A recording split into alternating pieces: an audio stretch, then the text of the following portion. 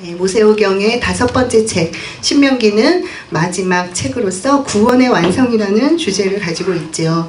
그리고 전반부는 26장까지 시내산 언약을 보여주고 있고 후반부 끝에 가서는 새로운 언약에 대해서 이야기하고 있습니다. 신명기는 되풀이 신자를 써서 율법이 되풀이된 것으로 두 번째 율법을 의미합니다.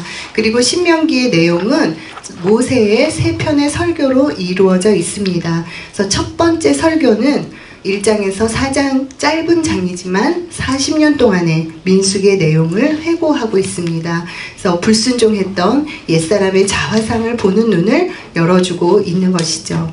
그리고 두 번째 설교는 율법에 대한 풀이와 순종을 출애굽 2세대에게 모세가 전달하고 있는 내용입니다. 그래서 시내산에서 세워주신 그 율법은 아브라함의 언약과 차이가 있다는 내용을 또한 설명해주고 있습니다. 그리고 세 번째 설교, 결론적인 마지막 설교에서는 시내산 언약이 아닌 새로운 언약, 모압 언약을 선포하는 내용입니다. 그래서 시내산 언약은 완전한 율법이었습니다. 그래서 에발산에서는 불순종하면 저주가 선포되었고 그리심산에서는 순종하면 축복이라는 축복이 선포됩니다. 그리고 이 저주와 축복에 대해서 우리는 아멘 할 수밖에 없는 것인데 우리로서는 율법을 지킬 수가 없기 때문에 우리에게는 하나님이 에발산에서 단을 쌓고 번제를 드리라고, 그것이 예수 그리스도의 속량을 또한 예표하는 것이죠. 그러한 길을 열어주셨고요. 또한 그 옛 언약 시내산 율법으로는 구원받을 수 없기에 하나님께서 시내산에서 율법을 주시기 이미 430년 전에 아브라함과 맺으신 언약, 맹세 가운데 세우신 그 언약이 바로 복음의 줄기였고, 이것이 예레미야 31장 31절에 등장하는 새 언약의 근원이라는 것을 신명기에서 보여주고 있습니다. 그래서 맹세의 실체가 되시는 예수 그리스도께서 언약의 보증이 되시고, 그리함으로 십자가 위에서 세우신 새 언약이 바로 복음인 것이죠. 그래서 새 언약의 실체가 되시는 예수 그리스도, 그분이 신명기에서 전하고자 하는 복음입니다. 그리고 이 신명기의 세 번째 설교와 마지막 결론 부분에는 우리가 다 또 알듯이 하나님을 경외하는 신비를 알게 하고자 하는 내용을 싣고 있습니다. 하나님을 경외하는 것이 무엇입니까? 여기 첫 번째 신명기 4장 10절 조금 앞부분 생략됐고요. 다 같이 한번 읽어보겠습니다. 시작. 내가 그들에게 내 말을 들려주어 그들이 세상에 사는 날 동안 나를 경외함을 경계하며 그 자녀들에게 가르치게 하리라 하시매. 네, 신명기는 하나님이 율법을 주시고 그 율법대로 살아라, 그리고 그것을 자녀에게 가르치라, 이 얘기를 그 패턴을 반복하고 있습니다. 신명기 6장 5절 7절에 보면 여기서는 하나님을 경외 대신에 사랑하라 라는 단어를 쓰고 있고요. 그것도 또한 내 자녀에게 부지런히 가르치라고 가르치고 있습니다. 그렇다면 경외, 사랑, 이것은 굉장히 추상적인 명사로서 기준이 모호합니다. 그래서 우리는 경외가 뭔지, 사랑이 뭔지를 풀어봐야 되는데요. 목사님께서는 항상 성경을 성경으로 풀 수 있다 하셨습니다. 그래서 창세기 22장 12절에 보면 아브라함이 이삭을 바친 번제 사건에서 하나님께서 나타나셔서 아브라함을 말리면서 이렇게 말씀하시죠. 내가 이제야 네가 하나님을 경외하는 줄을 아노라. 그런데 이때 아브라함은 무엇을 한 것인가요? 하나님의 말씀대로 따른 것이죠. 그랬더니 경외라는 단어를 썼습니다. 그리고 요한복음 14장 21절에 가면 나의 계명을 가지고 지키는 자라야 나를 사랑하는 자라고 예수님이 말씀하십니다. 이것은 경외와 사랑이라는 단어를 쓰고 있지만, 그리고 두 단어는 모양이 다르지만 그 의미는 순종이라는 한 가지 의미를 담고 있다는 것을 우리는 확인할 수가 있습니다. 여기 신명기 10장 12절 말씀 우리 다 같이 한번 또 읽어보겠습니다. 시작. 이스라엘아, 내 하나님 여호와께서 내게 요구하신 것이 무엇이냐? 곧 내 하나님 여호와를 경외하여 그의 모든 도를 행하고 그를 사랑하며 마음을 다하고 뜻을 다하여 내 하나님 여호와를 섬기고. 아멘. 그렇습니다.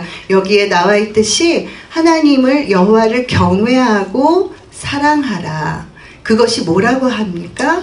하나님이 요구라고 합니다. 하나님의 사람에게 요구하시는 것, 결론적으로 우리를 세상에 사는 날 동안 경외함 배우게 하겠다는 것은 인생의 목적이 하나님 경외하는 것이고, 전도서에서도 하나님을 경외하는 것이 사람의 본분이라고 했는데, 하나님이 우리를 창조하시고 존재케 하신 목적이 우리로 하나님을 사랑하게 하고 경외하는 것이다. 결국 순종하게 하려는 것이라는 것을 확인시켜주고 있습니다. 그런데 왜 그렇게 해야 합니까? 하나님은 왜 우리에게 그런 것을 요구하십니까? 라고 물어볼 수 있는 것이죠.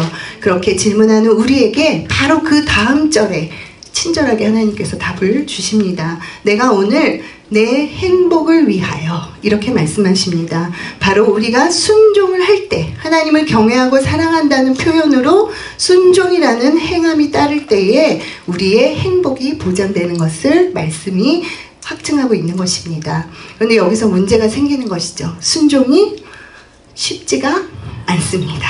쉽지 않은 정도가 아니라 원수를 사랑하라고 하시면 어떻게 원수를 사랑한다는 것 자체를 우리는 상상할 수가 없는 존재입니다. 그렇기 때문에 우리에게는 뭐가 필요하죠? 복음이 필요합니다. 그리고 예수 그리스도로 복음이 우리 능력 가운데, 삶 가운데 풀어져야 되는데, 그것을 신명기에서는 30.6절에 복음을 이렇게 표현합니다. 마음에 할례를 베푸신다. 그래서 이 말씀에 의하면요, 하나님께서 우리 마음에 할례를 베푸사, 주도권은 하나님께 있습니다. 내가 하는 것이 아니죠. 그렇게 하면 어떻게 돼요? 여호와를 사랑하게 하사. 하나님께서 우리 마음에 할례를 베푸심으로 그 은혜로 인하여서 우리가 하나님을 순종할 수 있다라고 신명기는 결론적으로 이야기하고 있는 것입니다. 그래서 구원이 내 힘으로 얻을 수 없었던 은혜의 선물이었던 것처럼 순종도 내 힘으로 하는 것이 아니라 내 마음에 할례를 받아서 그 새 언약의 예수 그리스도의 실체를 통해서 우리 가운데 하나님을 순종하게 하는 은혜가 임해야만 순종할 수 있다 하는 이야기가 신명기의 결론입니다.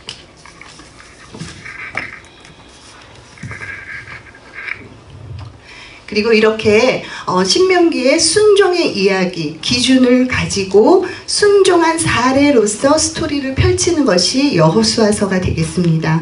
첫 번째 율법을 상징하는 레위기를 기준으로는 그 다음 책이 무엇이 펼쳐졌죠?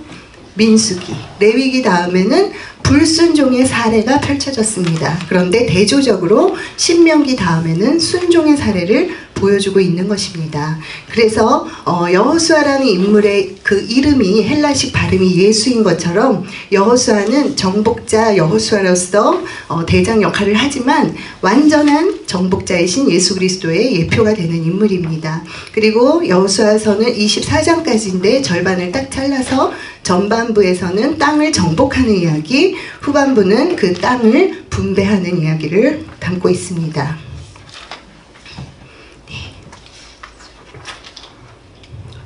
네, 여호수아서는 구원과 구원의 삶과 구원의 완성이라는 이 구원의 메커니즘을 굉장히 자세하게 보여주고 있는 책이 되겠습니다. 그래서 서론, 본론, 결론으로 나눠볼 수가 있는데요. 서론은 전쟁을 준비하는 1장에서 5장의 내용으로서 구원을 상징합니다. 그런데 여호수아가 전쟁을 이스라엘 백성과 함께 준비하고 전쟁을 하는 것처럼 이야기는 그렇게 내용이 펼쳐지지만 실제로는 여호와의 사자이신 예수 그리스도께서 앞서서 가나안 땅을 얻도록 미리 준비하시고 정복해 하신다는 것을 많은 말씀이 뒷받침해주고 있는 것을 우리가 알게 되죠. 그래서 여호수아서는 우리의 마음을 뚫고 들어오시는 구원자 예수 그리스도, 우리의 마음을 정복해내시는 예수 그리스도의 구원의 사건을 보여주고 있습니다. 그리고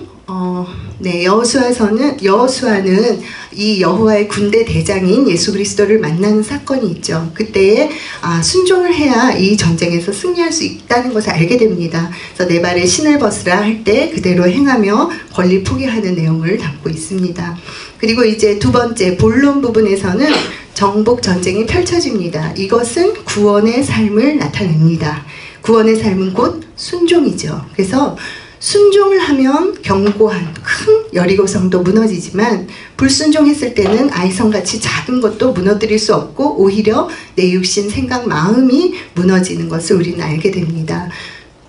그래서 순종하는 믿음이 없으면 세상을 감당하지 못하는 초라한 그리스도인으로 전락하게 되는 것인데요. 그래서 내가 메뚜기다 이렇게 말하지 말고 뭐라고 하라 그러셨죠? 네, 맞아요. 오뚜기, 네, 오뚜기 신앙. 7번 넘어져도 8번 일으키시는 은혜를 입어서 우리는 언제든지 일어날 수 있다 하는 오뚜기 믿음을 가지시기 바라고요. 네, 결론적으로는 땅 분배입니다. 그래서 여호수아서의 초점은 정복이 아니라 안식이라고 목사님 말씀해 주셨죠. 그래서 땅 분배는 구원의 완성을 상징합니다.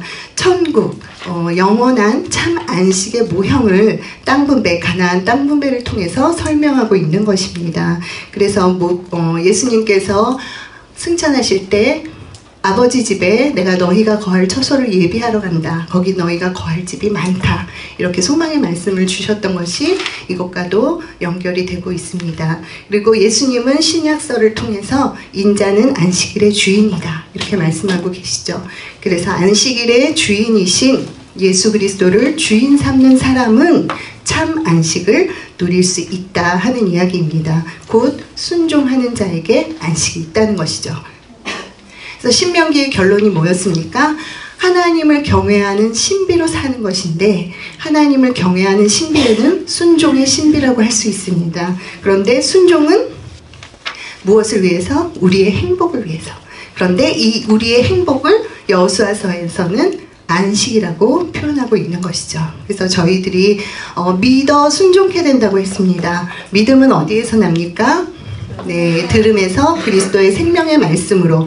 그럴 때 우리가 말씀 읽기를 통해서 내 기준으로 읽는 것이 아니라 하나님이 성경을 주신 목적에 합당한 그 목적에 맞게 말씀 읽기를 함으로 어떻게 돼요? 믿음이 충전되고, 믿음이 충전되면 순종이 되고, 순종이 되면 안식을 누리고 우리는 행복자로 서게 될 것입니다. 아멘.